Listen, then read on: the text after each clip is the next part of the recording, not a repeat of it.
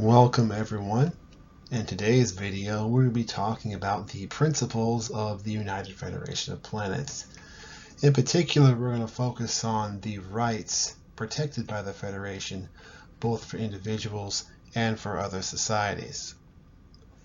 We can see here the signing of the Federation Charter in 2161. Since this was the founding document of the Federation, this would probably be a good place to begin.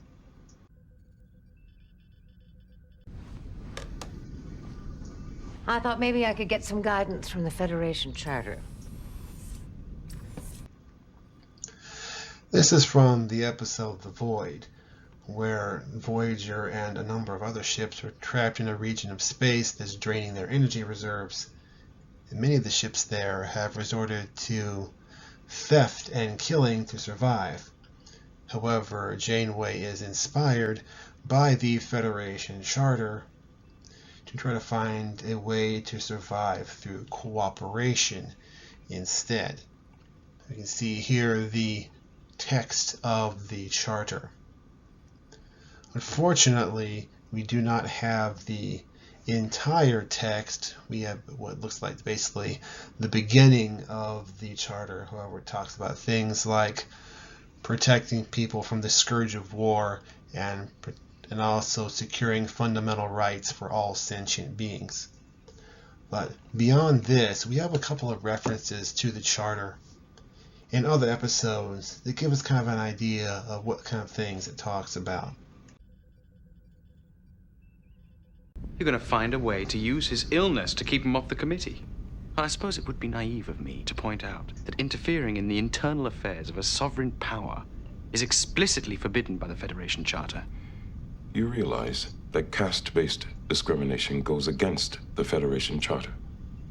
If Bajor returns to the Dajara system, I have no doubt that its petition to join the Federation will be rejected.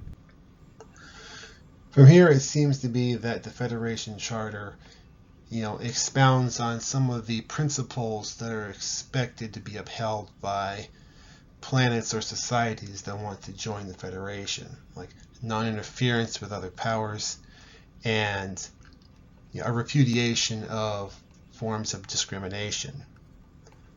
Now, in addition to the Charter, which was the Federation's founding document, it is also governed by a Constitution, which also secures important rights for people under the Federation. There is a provision in the Federation Constitution that protects an individual's fundamental rights.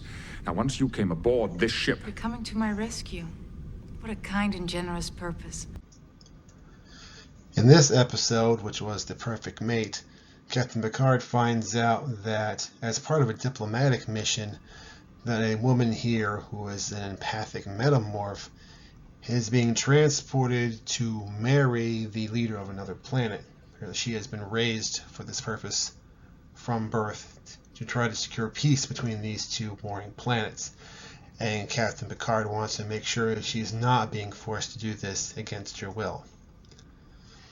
Furthermore, we learn about some specific freedoms granted by the Constitution in the episode The Drumhead.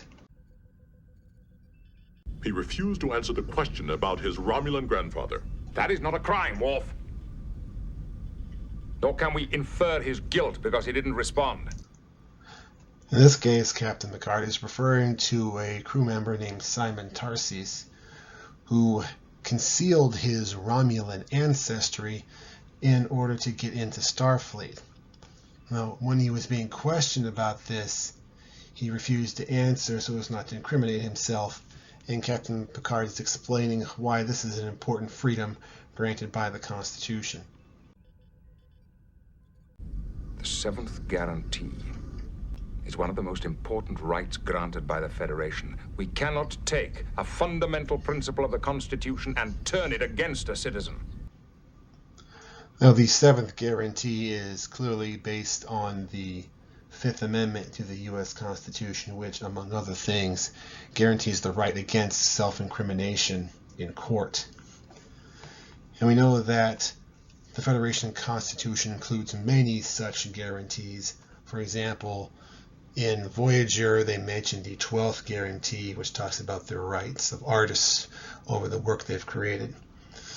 So there was at least 12 of these guarantees, so-called, which are probably similar to the Bill of Rights in the U.S. Constitution, which enumerate various rights held by individuals or other organizations.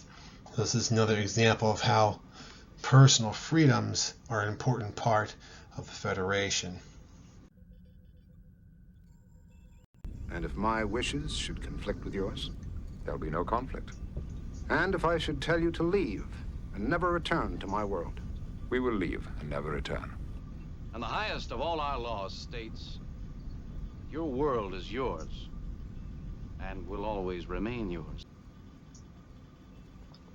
So the key here, in addition to having a high regard for the rights of the individual, the Federation also respects the sovereignty and the wishes of other cultures that are dealing with. So if they want to join the Federation, or if they just want to make some kind of a trade agreement, for example, the Federation will respect their choice, and if they say leave, then the Federation will leave, as opposed to other people like the Klingons, in this episode, Friday's Child, who will use whatever means necessary to get what they want. That the Federation is different. They don't act that way. Something similar comes up in the episode Mirror Mirror, where Kirk is negotiating with the Halkins about getting some dilithium, and they don't really want to do that because they're pacifists. Although they do mention to Kirk that you have the force available to make us give you the dilithium. But of course Kirk responds is, we could do that, but we're not going to, because that's not the way we operate. Well, I hope you've enjoyed this little overview of some of the principles that are expressed by the Federation. I know some people have knocked the Federation, say they do things that are wrong. And of course, it's not a perfect organization. There are flaws in the Federation, but overall, I think it is an admirable organization. Thank you for joining me for this video, and I hope you have a blessed day. Vigilance, Mr. Worf. That is the price we have to continually pay.